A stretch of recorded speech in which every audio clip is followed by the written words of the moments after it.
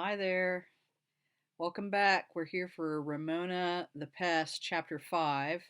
And when we left Ramona in Chapter 4, she had had kind of a bad day because she had a substitute teacher and not Miss Benny. And so she had tried to hide and not go in the classroom. And that had not gone well. So here we go. We're on Chapter 5, Ramona's engagement ring. No, said Ramona on the first rainy morning after she had started kindergarten. Yes, said Mrs. Quimby. No, said Ramona, I won't. Ramona, be sensible, said Mrs. Quimby. I don't want to be sensible, said Ramona. I hate being sensible. Now, Ramona, said her mother, and Ramona knew she was about to be reasoned with. You have a new raincoat. Boots cost money, and Howie's old boots are perfectly good. The soles are scarcely worn. The tops aren't shiny, Ramona told her mother, and they're brown boots. Brown boots are for boys. They keep your feet dry, said Mrs. Quimby, and that is what boots are for. Ramona realized she looked sulky, but she could not help herself. Only grown-ups would say boots were for keeping feet dry. Anyone in kindergarten knew that a girl should wear shiny red or white boots on the first rainy day, not to keep her feet dry, but to show off. That's what boots were for, showing off, wading, splashing, stamping. Ramona, said Mrs. Quimby sternly, get that look off your face this instant. Either you wear these boots or you stay home from school. Ramona recognized that her mother meant what she said, and so, because she loved kindergarten, she sat down on the floor and dragged on the hated brown boots, which did not go with her new flowered plastic raincoat and hat. Howie arrived in a yellow slicker that was long enough for him to grow into for at least 2 years, and a yellow rain hat that almost hid his face. Beneath the raincoat, Ramona glimpsed a pair of shiny brown boots, which she supposed she would have to wear some day when they were old and dull and dirty. Those are my old boots, said Howie, looking at Ramona's feet as they started off to school. You better not tell anybody, Ramona plodded along on feet almost too heavy to lift. It was a perfect morning for anyone with the new boots. Enough rain had fallen in the night to fill the gutters with muddy streams and to bring worms squirming out of the lawns onto the sidewalks. The intersection by the school was unusually quiet this morning because rain had halted construction on the new market. Ramona was so downhearted that she did not even tease Harry Huggins when he led her across the street. The kindergarten playground, as she had expected, was swarming with boys and girls in raincoats, most of them too big, and boots, most of them new. The girls wore various sorts of raincoats and red or white boots, all except Susan, who carried her new white boots so she would not get them muddy. The boys looked alike because they all wore yellow raincoats and hats and brown boots. Ramona was not even sure which boy was Davy, not that he mattered to her this morning. Her feet felt too heavy for chasing anyone. Part of the class had lined up properly by the door, waiting for Miss Benny, while the rest ran clomping, splashing, and stamping. Those are boys' boots you're wearing, said Susan to Ramona. Ramona did not answer. Instead, she picked up a smooth pink worm that lay wiggling on the playground and without really thinking wound it around her finger. Look, yelled Davy from beneath his big rain hat. Ramona's wearing a ring made out of a worm. Ramona had not thought of the worm as a ring until now, but she saw at once that the idea was interesting. See my ring, she shouted, thrusting her fist toward the nearest face. Boots were temporarily forgotten. Everyone ran screaming from Ramona to avoid being shown her ring. See my ring, see my ring, shouted Ramona, racing around the playground on feet that were suddenly much lighter. When Miss Benny appeared around the corner, the class scrambled to line up by the door. Miss Benny, Miss Benny! Everyone wanted to be the first to tell. Ramona is wearing a worm for a ring. It's a pink worm, said Ramona, thrusting out her hand, not an old dead white worm. Oh, what a pretty worm, said Miss Benny bravely. It's so smooth and, pink. Ramona elaborated. It's my engagement ring. Who are you engaged to? Asked Anne. I haven't decided, answered Ramona. Not me, Davy piped up. Not me, said Howie. Not me, said Eric R. Well, uh, Ramona, Miss Benny was searching for words. I don't think you should wear your, ring during kindergarten. Why don't you put it down on the playground in a puddle so that it will, stay fresh? Ramona was happy to do anything Miss Benny wanted her to. She unwound the worm from her finger and placed it carefully in a puddle, where it lay limp and still. After that, Ramona raced around the playground with a worm around her finger whenever her mother made her wear Howie's old boots to school, and when everyone asked who she was engaged to, she always answered, "I haven't decided." "Not me," Davy always said, followed by Howie, Eric R., and any other boy who happened to be near. Then one Saturday, Mrs. Quimby examined Ramona's scuffed shoes and discovered that not only were the heels worn down, the leather of the shoes was worn through because Ramona stopped her lopsided two-wheeled tricycle by dragging her toes on the concrete. Mrs. Quimby had Ramona stand up while she felt her feet through the leather. "It's time for new shoes," Mrs. Quimby decided. "Get your jacket and your boots, and we'll drive down to the shopping center." "It isn't raining today," said Ramona. "Why do I have to take boots?" "To see if they will fit over your new shoes," answered her mother. "Hurry along, Ramona." When they reached the shoe store, Ramona's favorite shoe salesman said, as Ramona and her mother sat down, "What's the matter with my little Petunia today? Don't you have a smile for me?" Ramona shook her head and looked sadly and longingly at a row of beautiful, shiny girls' boots displayed on one side of the store. There she sat with Howie's dingy old brown boots beside her. How could she smile? A babyish nursery school girl who was wearing new red boots was rocking joyously on the shoe store's rocking horse while her mother paid for the boots. "Well, we'll see what we can do for you," said the salesman briskly, as he pulled off Ramona's shoes and made her stand with her feet on the measuring stick. Finding the right pair of Oxfords for her did not take him long. "Now, try on the boots," said Mrs. Quimby in her no-nonsense voice, when Ramona had walked across the shoe store and back in her new shoes. For a moment, as Ramona sat down on the floor and grasped one of the hated boots, she considered pretending she could not get it on. However, she knew she could not get away with this trick because the shoe store man understood both children and shoes. She pulled and yanked and tugged and managed to get her foot most of the way in. When she stood up, she was on tiptoe inside the boot. Her mother tugged some more, and her shoe went all the way into the boot. "There," said Mrs. Quimby. Ramona sighed. The babyish nursery school girl stopped rocking long enough to announce to the world, "I have new boots." "Tell me, Petunia," said the shoeman, "how many boys and girls in your kindergarten?" 29, said Ramona with a long face. 29, most of them with new boots. The happy-booted nursery school baby climbed off the rocking horse, collected her free balloon, and left with her mother. The shoeman spoke to Mrs. Quimby. "Kindergarten teachers like boots to fit loosely so the children can manage by themselves. I doubt if Petunia's teacher has time to help with 58 boots." "I hadn't thought of that," said Mrs. Quimby. "Perhaps we had better look at boots after all." "I'll bet Petunia here would like red boots," said the shoeman. When Ramona beamed, he added, "I had a hunch that would get a smile out of you." When Ramona left the shoe store with her beautiful red boots, girls' boots, in a box, which she carried herself, she was so filled with joy she set her balloon free just to watch it sail over the parking lot and up into the sky until it was a tiny red dot against the gray clouds. The stiff soles of her new shoes made such a pleasant noise on the pavement that she began to prance. She was a pony. No, she was one of the three billy goats Gruff, the littlest one, trip-trapping over the bridge that the troll was hiding under. Ramona trip-trapped joyfully all the way to the parked car, and when she reached home, she trip-trapped up and down the hall and all around the house. "For goodness sake, Ramona," said Mrs. Quimby, while she was marking Ramona's name in the new boots, "can't you just walk?" "Not when I'm the littlest Billy Goat Gruff," answered Ramona, and trip-trapped down the hall to her room. Unfortunately, there was no rain the next morning, so Ramona left her new boots at home and trip-trapped to school, where she did not have much chance of catching Davy because he could run faster than she could trip-trap in her stiff new shoes. She trip-trapped to her seat, and later, because she was art monitor who got to pass out drawing paper, she trip-trapped to the supply cupboard and trip-trapped up and down the aisles passing out paper. "Ramona, I would like it if you walked quietly," said Miss Benny. "I am the littlest Goat Gruff," explained Ramona. "I have to trip-trap." "You may trip-trap when we go outdoors," Miss Benny's voice was firm. "You may not trip-trap in the classroom."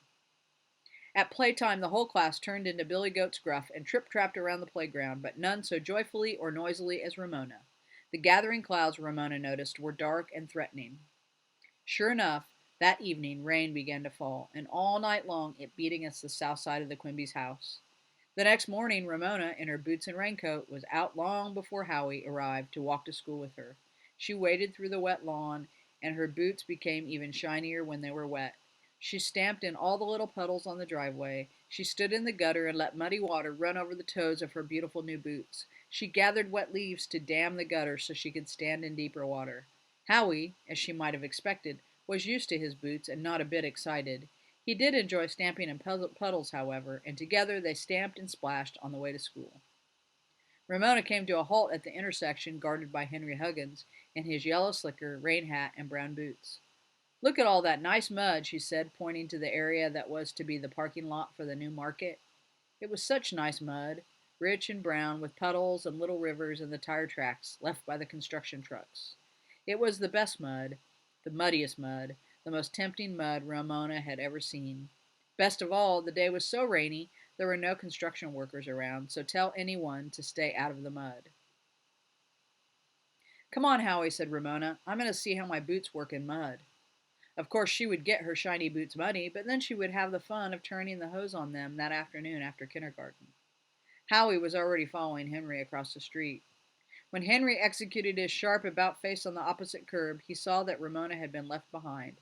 "You were supposed to cross with me," he told her. "Now you have to wait until some more kids come." "I don't care," said Ramona happily, and marched off to the muddy mud. "Ramona, you come back here," yelled Henry. "You're going to get into trouble." "Traffic boys aren't supposed to talk on duty," Ramona reminded him, and marched straight into the mud. Surprisingly, her feet started to slide out from under her. She had not realized that mud was so slippery. Managing to regain her balance, she set each boot down slowly and carefully before she pulled her other foot from the sucking mud. She waved happily to Henry, who seemed to be going through some sort of struggle within himself. He kept opening his mouth as if he wanted to say something and then closing it again. Ramona also waved at the members of the morning kindergarten who were watching her through the playground fence. More mud clung to her boots with each step. "Look at my elephant feet," she called out. Her boots were becoming heavier and heavier. Henry gave up his struggle. "You're gonna get stuck," he yelled. "No, I'm not," insisted Ramona, and discovered she was unable to raise her right boot. She tried to raise her left boot, but it was stuck fast. She grasped the top of one of her boots and with both hands tried to lift her foot, but she could not budge it. She tried to lift the other foot, but she could not budge it either. Henry was right. Miss Benny was not going to like what had happened, but Ramona was stuck. "I told you so," yelled Henry against the traffic rules. Ramona was becoming warmer and warmer inside her raincoat. She pulled and lifted. She could raise her feet one at a time inside her boots, but no matter how she tugged and yanked with her hands, she could not lift her precious boots from the mud. Ramona grew warmer and warmer. She could never get out of this mud. Kindergarten would start without her, and she would be left all alone in the mud. Miss Benny would not like her being out here in the mud when she was supposed to be inside singing the Donzer song and doing seat work. Ramona's chin began to quiver. "Look at Ramona! Look at Ramona!" shrieked the kindergarten as Miss Benny, in a raincoat with a plastic hood over her hair, appeared on the playground. "Oh dear," Ramona heard Miss Benny say. Drivers of cars paused to stare and smile as tears mingled with the rain on Ramona's cheeks. Miss Benny came splashing across the street. "My goodness, Ramona, how are we going to get you out?" "I don't know," sobbed Ramona. Miss Benny could not get stuck in the mud, too. The morning kindergarten needed her. A man called out from a car, "What you need is a few boards." "Boards would only sink into the muck," said a passerby on the sidewalk. The first bell rang. Ramona sobbed harder. Now Miss Benny would have to go into school and leave her out here alone in the mud and the rain and the cold. By now, some of the older boys and girls were staring at her from the windows of the big school. "Now don't worry, Ramona, we'll get you out somehow," said Miss Benny. Ramona, who wanted to be helpful, knew what happened when a car was stuck in the mud. "Could you call a tow truck?" she asked with a big sniff. She could see herself being yanked out of the mud by a heavy chain hooked on the collar of her raincoat. She found this picture so interesting that her sobs subsided, and she waited hopefully for Miss Benny's answer. The second bell rang. Miss Benny was not looking at Ramona. She was looking thoughtfully at Henry Huggins, who seemed to be staring at something way off in the distance. The traffic sergeant blew his whistle, summoning the traffic boys to return from their posts to school. "Boy!" Miss Benny called out. "Traffic boy!" "Who, me?" asked Henry, even though he was the only traffic boy stationed at that intersection. "That's Henry Huggins," said helpful Ramona. "Henry, come here, please," said Miss Benny. I'm supposed to go in when the whistle blows, said Henry, as he glanced up at the boys and girls who were watching from the big brick building. But this is an emergency, Miss Benny pointed out. You have boots on, and I need your help in getting this little girl out of the mud. I'll explain to the principal. Henry did not seem very enthusiastic as he splashed across the street, and when he came to the mud, he heaved a big sigh before he stepped into it. Carefully, he picked his way through the muck and the puddles to Ramona. Now see what you got me into, he said crossly. I told you to keep out of here. For once, Ramona had nothing to say. Henry was right. I guess I'll have to carry you, he said, and his tone was grudging. Hang on. He stooped and grasped Ramona around the waist, and she obediently put her arms around the wet collar of his raincoat. Henry was big and strong. Then, to Ramona's horror, she found herself being lifted right out of her beautiful new boots. My boots, she wailed. You're leaving my boots. Henry slid, and in spite of Ramona's weight, regained his balance. You keep quiet, he ordered. I'm getting you out of here, aren't I? Do you want us both to land in the mud? Ramona hung on and said no more. Henry lurched and skidded through the mud to the sidewalk, where he set his burden down in front of Miss Benny. Yay! Yelled some big boys who had opened a window. Yay, Henry! Henry scowled in their direction. Thank you, Henry, said Miss Benny with real gratitude, as Henry tried to scrape the mud from his boots on the edge of the curb. What do you say, Ramona? My boots, said Ramona. He left my new boots in the mud. How lonely they looked, 2 bright spots of red in all that mud. She could not leave her boots behind, not when she had waited so long to get them. Somebody might take them, and she would have to go back to shoving her feet into Howie's ugly old boots. Don't worry, Ramona, said Miss Benny, looking anxiously toward the rest of her morning kindergarten, growing wetter by the minute as they watched through the fence. Nobody is going to take your boots on a day like this. We'll get them back when it stops raining and the ground dries off. But they'll fill up with rain without my feet in them. The rain will spoil them. Miss Benny was sympathetic but firm. I know how you feel, but I'm afraid there isn't anything we can do about it. Miss Benny's words were too much for Ramona. After all the time she had been forced to wear Howie's ugly old brown boots, she could not leave her beautiful new red boots out in the mud to fill up with rainwater. I want my boots, she howled, and began to cry again. Oh, all right, said Henry crossly. I'll get your old boots. Don't start crying again.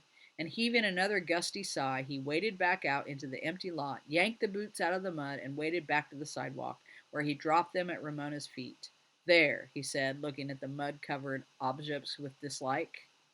Ramona expected him to add, I hope you're satisfied. But he did not. He just started across the street to school. Thank you, Henry, Ramona called after him without being reminded. There was something very special about being rescued by a big, strong traffic boy in a yellow slicker. Miss Benny picked up the muddy boots and said, What beautiful red boots. We'll wash off the mud in the sink, and then they'll be as good as new. And now we must hurry back to the kindergarten. Ramona smiled at Miss Benny, who was again, she decided, the nicest, most understanding teacher in the world. Not once had Miss Benny scolded or made any tiresome remarks about why on earth did Ramona have to do such a thing. Not once had Miss Benny said she should know better. Then something on the sidewalk caught Ramona's eyes. It was a pink worm that still had some wiggle left in it. She picked it up and wound it around her finger as she looked toward Henry. I'm going to marry you, Henry Huggins, she called out. Even though traffic boys were supposed to stand up straight, Henry seemed to hunch down inside his raincoat, as if he were trying to disappear. I've got an engagement ring, and I'm going to marry you, yelled Ramona after Henry as the morning kindergarten laughed and cheered.